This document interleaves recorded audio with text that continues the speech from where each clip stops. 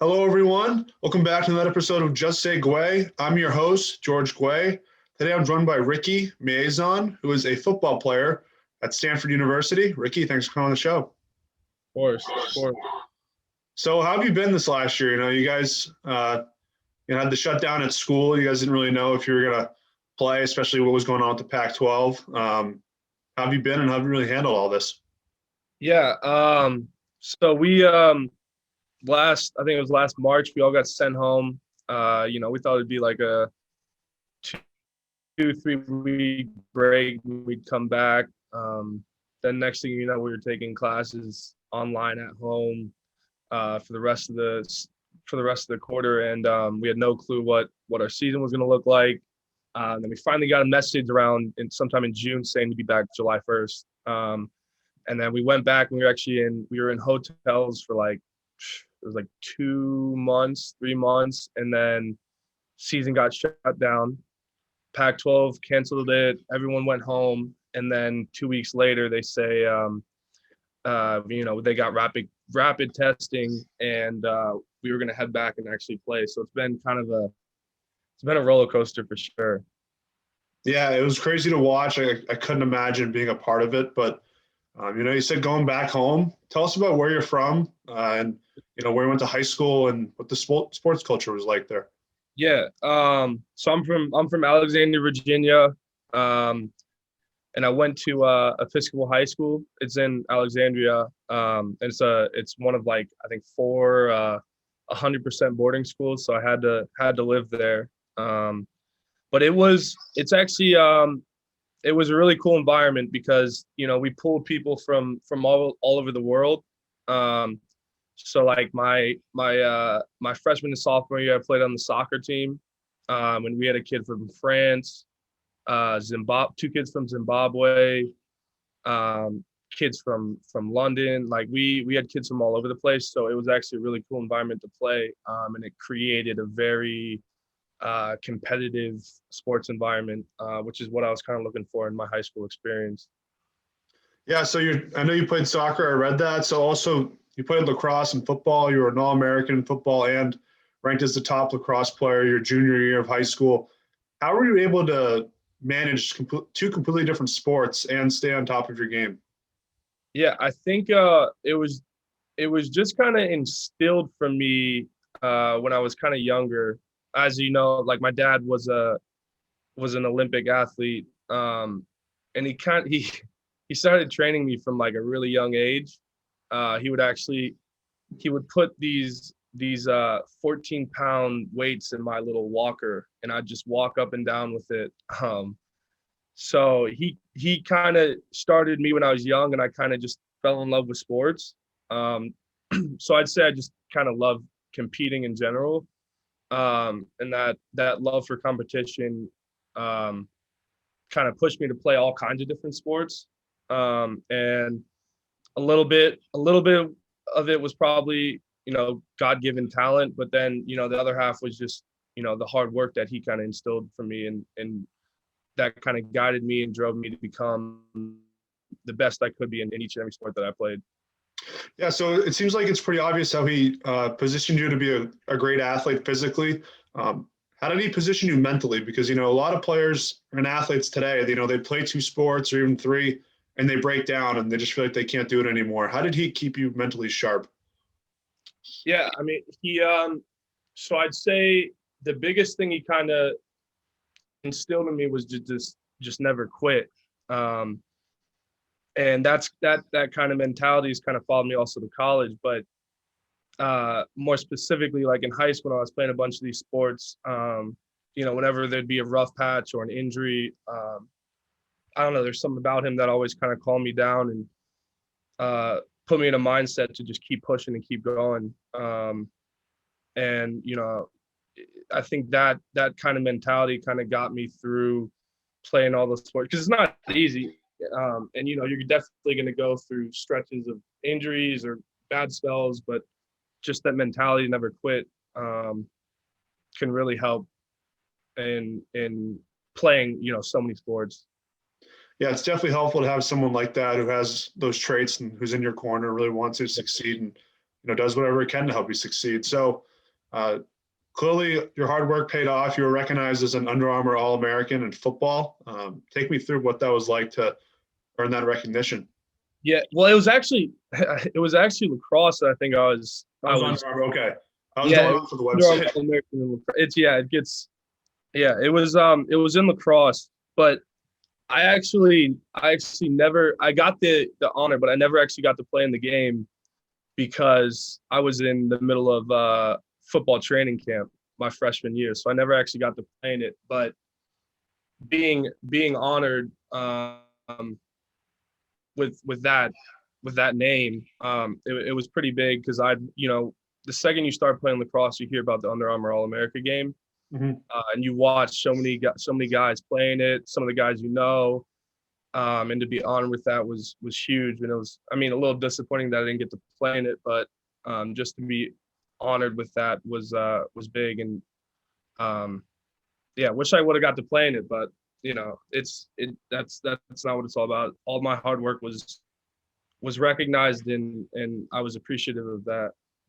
Yeah, it's awesome you got recognized, and clearly your talent was noticed, and you originally committed to play lacrosse at UNC and I believe later football as well.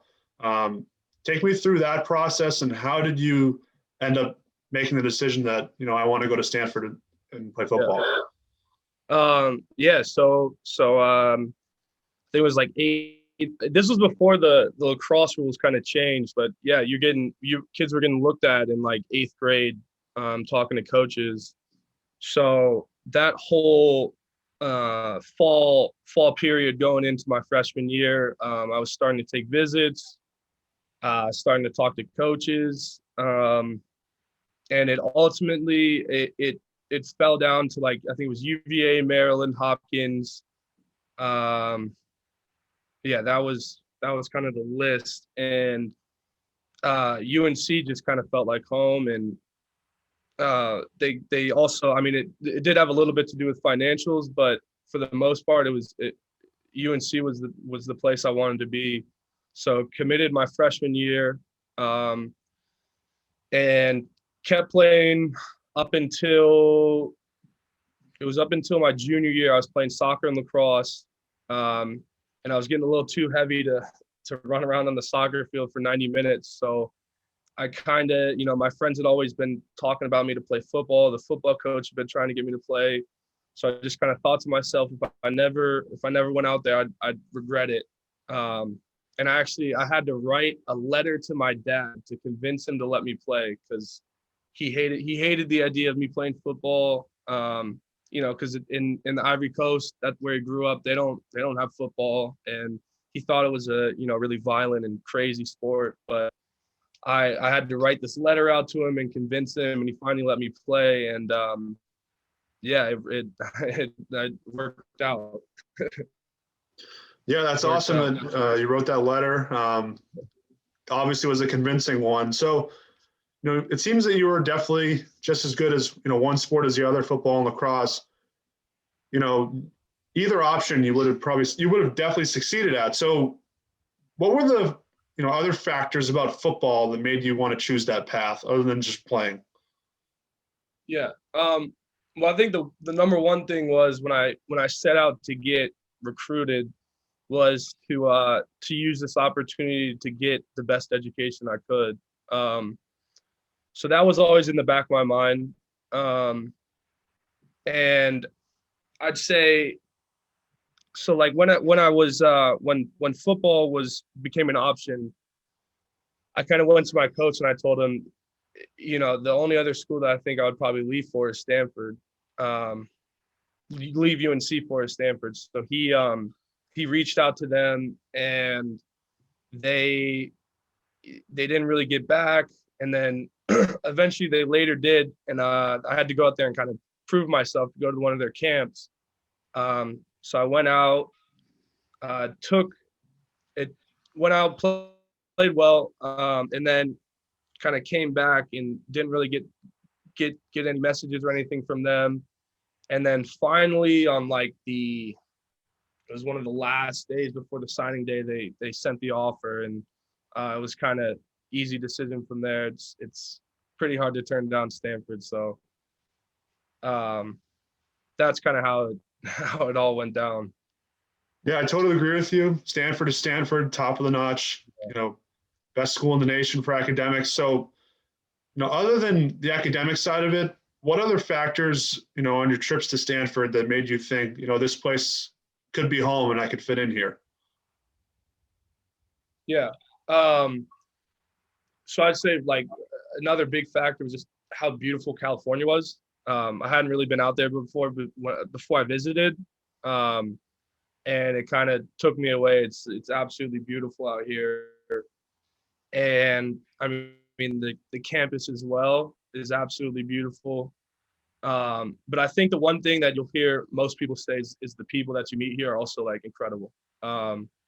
And I've found some of my best friends out here and absolutely love it. But it's definitely the one thing that everyone will say about Stanford is the people. Yeah, it's definitely worked out so far, and it's going to keep on working out. So, in terms of football, how do the athletic facilities at Stanford allow you to compete at a high level? Yeah, I mean, so one thing that actually I did this year is I went plant-based.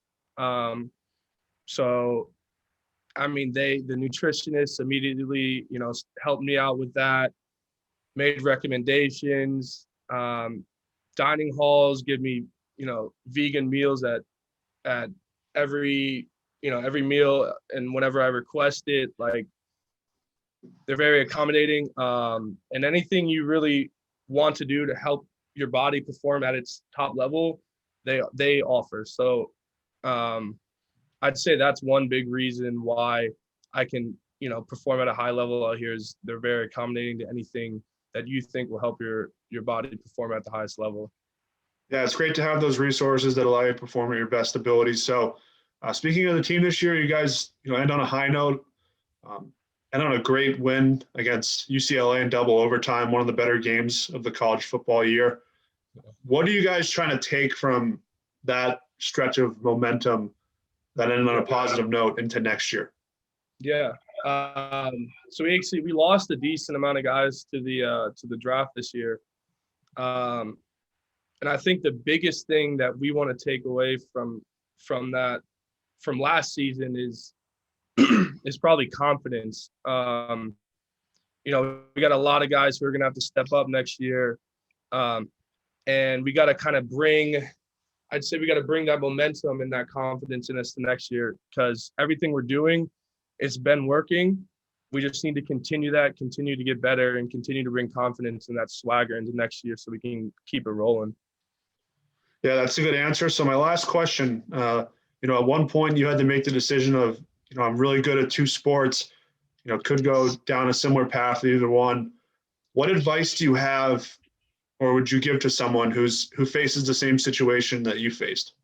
Mm-hmm. Yeah. Well, I think first of all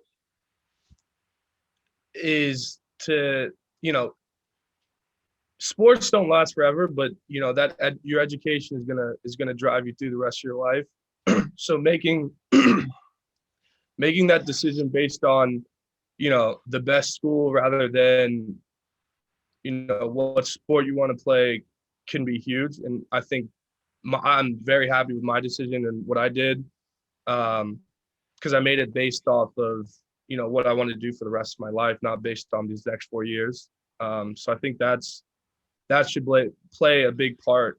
And just some general advice for playing two sports. I mean, like specifically with me with football and lacrosse,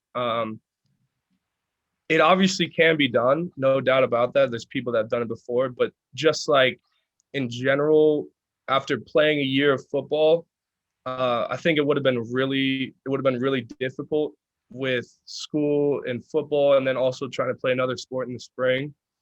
And eventually would have kind of taken away from one or the other. So not saying it can't be done. I'm just saying it's definitely a really difficult thing to do, especially if you're playing football, because it's so time consuming. So that's just also something to consider if you are playing two sports, especially football. It's not the easiest thing to do. And if you really do want to focus in on football, it's going to be hard playing playing another sport. So I'm happy with my decision to just stick with football, and it's really helped me grow as a player because obviously I didn't get the 3, 4, 5 years before my junior year playing football. I only had, junior and senior year before going to college. So it was definitely the best decision for me to focus in on football and become the best player I could. Yeah, it's definitely worked out, and that's a very good answer that you just gave. So, Ricky, I wish you the best of luck training for your next season, and we'll stay in contact, man. Yep. Thank you. Yep. Have a good one. Of course.